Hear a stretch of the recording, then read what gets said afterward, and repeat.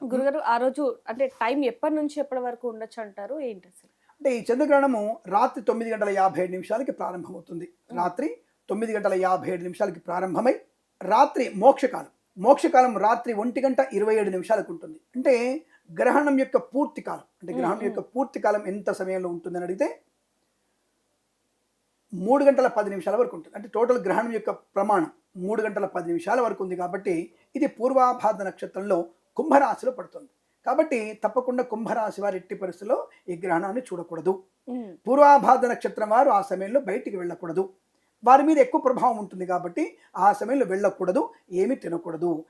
అంటే 9:57 నుంచి 1:27 మధ్య కాలంలో తప్పకుండా మీరు చాలా జాగ్రత్తగా ఉండాల్సిన అవసరంగా చెప్పబడుతోంది. అంటే ఎటువంటి జాగ్రత్తలు తీసుకోవాలి అని అడిగితే ముందుగా గ్రహణానికి కనీసం తక్కువలో తక్కువ 8 గంటల ముందు, హ్మ్. అంటే రాత్రి 9 గంటల కంటే 8 గంటలు మనకు ముందు నుంచి మీరు ఎట్టి పరిస్థితుల్లో కూడా మీరు ఏమీ తినకూడదు. అంటే మంచినీళ్ళు కూడా తాగకూడదు.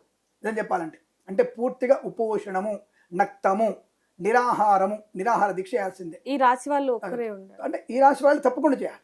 కుంభరాశి వారు పూర్వాభాద్ర నక్షత్రంలో పడుతుంది కాబట్టి కుంభరాశి వారు తప్పకుండా చేయాల్సిందే. ఇక అధమ నక్షత్రాలు ఉంటాయి, కొంచెం టైం చెప్తాను హ్మ్. మీకు నేను. ఈ సమయంలో ఎప్పటి వరకు చేయకూడదు భోజనం? మర్నాడు సూర్యోదయం తర్వాతనే ఇల్లు శుద్ధి చేసుకొని సూర్యోదయం అయ్యాక స్నానాలు చేసుకొని అప్పుడు మీరు భోజన తాంబూలాదులు స్వీకరించే ప్రయత్నం, అప్పుడు వంట స్టార్ట్ చేయాలి. హ్మ్.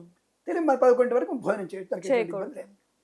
అంటే ఎలాంటి జాగ్రత్తలు తీసుకోవాలంటారు గురూజీ? మామూలుగా కేవలం కుంభరాశి వాళ్ళే కాకుండా మిగతా రాశుల వారు ఎలాంటి జాగ్రత్తలు తీసుకోవాలి అంటారు? ఇక్కడ ఏమేమి ఒకటే ఇందాక చెప్పిన గర్భిణీ స్త్రీలు జాగ్రత్తగా ఉండాలి. హ్మ్. అంటే గ్రహణం ముర్రి దీనివల్ల వస్తుంది చెప్పలేదు.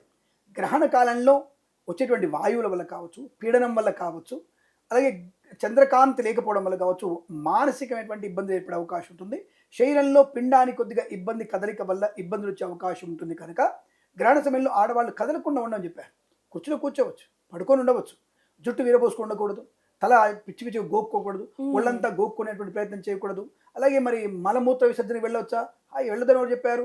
ఇవే అవును. ఈ సూడో నాస్తికుల మధ్యలో చేసి మేము చెప్పని విషయాల్ని కూడా వీళ్ళు చెప్పి జొప్పించి చూసారా, వీళ్ళు లాస్ట్కి టాయిలెట్లో పోతుంటారయ్యా, అంటే గర్భిణీలో టాయిలెట్ పోకపోతే కడుపు ఉబ్బిపోయి చచ్చిపోరా అని అడిగేటువంటి వ్యక్తులు కూడా ఉంటారు. మలమూత్ర విసర్జనకి వెళ్ళవచ్చును, దానికి ఎటువంటి దోషము లేదు. ప్రశాంతంగా నీ మనసుని ప్రశాంతంగా ఉంచుకొని నీ కడుపులో ఉండే శిశువుని, అది కుమార్తె కావచ్చు, కుమారుడు కావచ్చు, వారి వృద్ధి కొరకు భగవన్నామస్మరణ చేయమని చెప్పారు. తప్ప గోక్కోవడం, అరవడం, రక్కోవడం, గట్టిగా మాట్లాడుకోవడం, పళ్ళు కొరకడం లాంటివి చెయ్యకూడదు. ఎందుకు? పీడనం ఎక్కువగా ఉంటుంది, అతి నీళ్ళ కిరణాల యొక్క ప్రభావం ఎక్కువగా ఉంటుంది కాబట్టి అటువంటి చేయకుండా ప్రశాంతంగా ఉండమని చెప్పారు గర్భిణీ స్త్రీలు. గర్భిణీ స్త్రీలు 9:57 మనం గ్రహణం అనుకున్నాం కదా, వాళ్ళు 8 వరకు ఏం తినవచ్చు. అంటే తొందరగా అరిగిపోయేటువంటి పదార్థం, ఎక్కువగా హ్మ్. జల పదార్థం తీసుకోవాలి. జల పదార్థం తొందరగా అరిగిపోతుంది. అటువంటి జల పదార్థాన్ని 2 గంటల వరకు ఆడపిల్లకి ఇవ్వచ్చు, గర్భిణీ స్త్రీకి ఇవ్వచ్చు, చిన్నపిల్లలకి ఇవ్వచ్చు, వృద్ధులకి ఇవ్వచ్చు. శక్తులైన వారు, అంటే శక్తి ఉన్నవారు 9:57 అంటే 57 గ్రహణం అయితే 8 గంటల ముందు నుంచే ఏమి నిరాహారంగా తినకూడదు. ఉండాలి. మర్నాడు ఉదయం వరకు పూర్తిగా అంటే నక్తముగా ఉండాల్సిన అవసరం ఉంటుంది. ఇవి నియమాలు. ఆ సమయంలో భగవత్ చింతన తప్ప ఇంకొకటి చేయకూడదు. మోక్షకాలానికి అంటే గ్రహణ కాలానికి ప్రారంభ కాలానికి స్నానం చేయాలి. గ్రహణ మోక్ష అనంతరం కూడా తలంటి స్నానం హ్మ్. చేయాలి. తలంటి స్నానం చేసే మనం చేసుకోవాలి. మరి దర్భ లాంటివి పెడతారు గురుగారు, వాటి అంటే ఈ దర్భకి బలమైనటువంటి బలం ఎక్కువగా ఉంటుంది. అంటే అతి నీలలోహిత కిరణాలను కానీ, నెగిటివ్ పీడనాన్ని కానీ తట్టుకోగలిగే శక్తి గ్రహణ సమయంలో దర్భకి ఎక్కువగా ఉంటుంది. బంగారానికి దర్భకి ఎక్కువ ఉంటుంది. హ్మ్. బంగారం పెట్టమంటారు, బంగారం మూతలు పెట్టే స్థాయి లేదుగా ఇప్పుడు. లేదు. కాబట్టి అవును. దర్భల్ని పెట్టడం వల్ల ఈ పదార్థాలు ఏవైనా సరే మనవి జల పదార్థాలు కానీ, నిల్వ చేసుకున్న పదార్థాలు కానీ పవిత్రంగా ఉంటాయి. వాటిలో ఎటువంటి ఇబ్బందికారక గ్రహణ కాంతి కిరణాల ప్రసారం అవ్వు అనే భావంతో దర్భలు పెట్టుకోవడం ఆచారంగా చెప్పబడుతుంది. దర్భలు మేము పెడతాం, పెట్టుకోవడం చాలా మంచిది. ఇది విశేషం. ఆ ఇవి నియమాలు. పదార్థాలని కూడా మనం అంటే సూర్యగ్రహణం చంద్రగ్రహణం ముందు ఏవైతే పదార్థాలు ఉంటాయో ఆహార పదార్థాలు వాటిని కూడా పడేయాలి అంటారు. అది ఎంతవరకు నిజం అంటారు మనము గురూజీ? నిల్వ పచ్చళ్ళు లాంటివి అలాంటివి తప్ప అన్నం వండుకోమని చెప్పలేదు. 8 గంటల హ్మ్. ముందే వద్దని చెప్తున్నాం కదా. అవును. కాబట్టి గ్రహణ సమయంలో అన్నం వండుకునే ప్రయత్నం చేయకూడదు. ఒకవేళ ఉన్నా పిల్లలకి అందరికీ 2 గంటల ముందు పెట్టేసేయాలి తప్ప గిన్నెలలో అన్నం వండి పెట్టకూడదు. అన్నం వెంటనే పాచిపోతుంది, అది పాయిజన్ అయ్యే అవకాశం ఉంటుంది. కాబట్టి హ్మ్. అటువంటి సమయంలో అన్నం వండరు ఎవరు కూడా.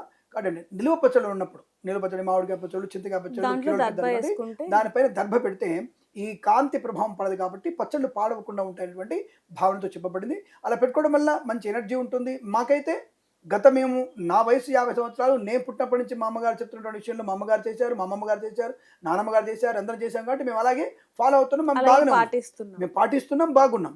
పాటించిన వారు బాగున్నారా లేదా మాకు అనవసరం, మేము చూడలేదు దాని గురించి. కాబట్టి చేయమని పెద్దవాళ్ళు చెప్పారు. అదేం పెద్దగా శాస్త్రం కొండనెత్తుకునే కూడా కాదుగా, చెప్తుంది, కొండనెత్తుకునే సైన్స్ కూడా. బరువు కాదుగా. అవును. కాబట్టి పెద్దవాళ్ళు చెప్పారు, దాన్ని ఫాలో అవుతున్నాం. దానివల్ల మేము బాగానే ఉన్నాము. ఇంకా మీదట కూడా మా పిల్లలు పాటిస్తారు, బాగుంటారు కూడా. ఎందులో ఎటువంటి అనుమానం అక్కర్లేదు. అది విశేషం. నిజంగానే గురుగారు చాలా తెలియని విషయాలను కూడా మాకు చాలా చక్కగా వివరించారు. ధన్యవాదాలు. అఖండ ఐశ్వర్యమస్తు. నమస్కారం. For more videos like this, subscribe Big TV channel.